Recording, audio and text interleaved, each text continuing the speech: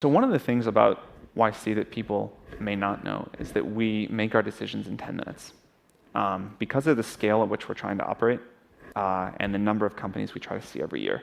And at first glance, you would say there's no way to make better than random decisions in 10 minutes. And then you think about it a little more, and you'd say, okay, you can do better than random, but not that well. And that's what I would have said. But it turns out that in 10 minutes, if the only question you're trying to answer is, does this person have the potential to be the next Mark Zuckerberg? Not are they definitely going to be, not should we put millions of dollars into this, but does this person have some seed of what it takes to be the next Mark Zuckerberg? You can answer that question in 10 minutes.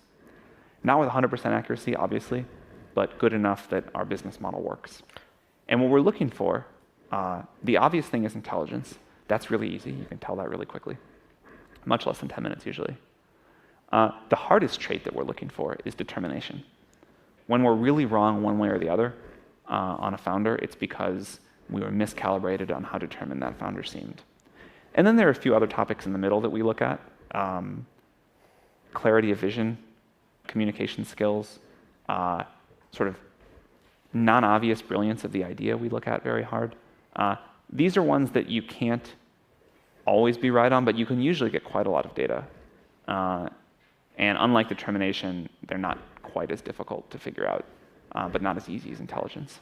And one of the surprising things about YC is that not only is it possible to figure this out, but you can train new YC partners to figure this out in a year or 2 years.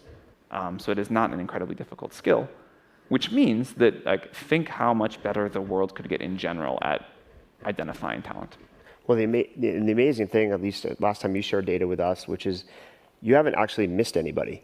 Like, there's not a single person who's applied that's created $1 billion company in 10 years that you rejected. I'm sure at this point we've already rejected the person that will go on to create that, just because we've scaled up so much.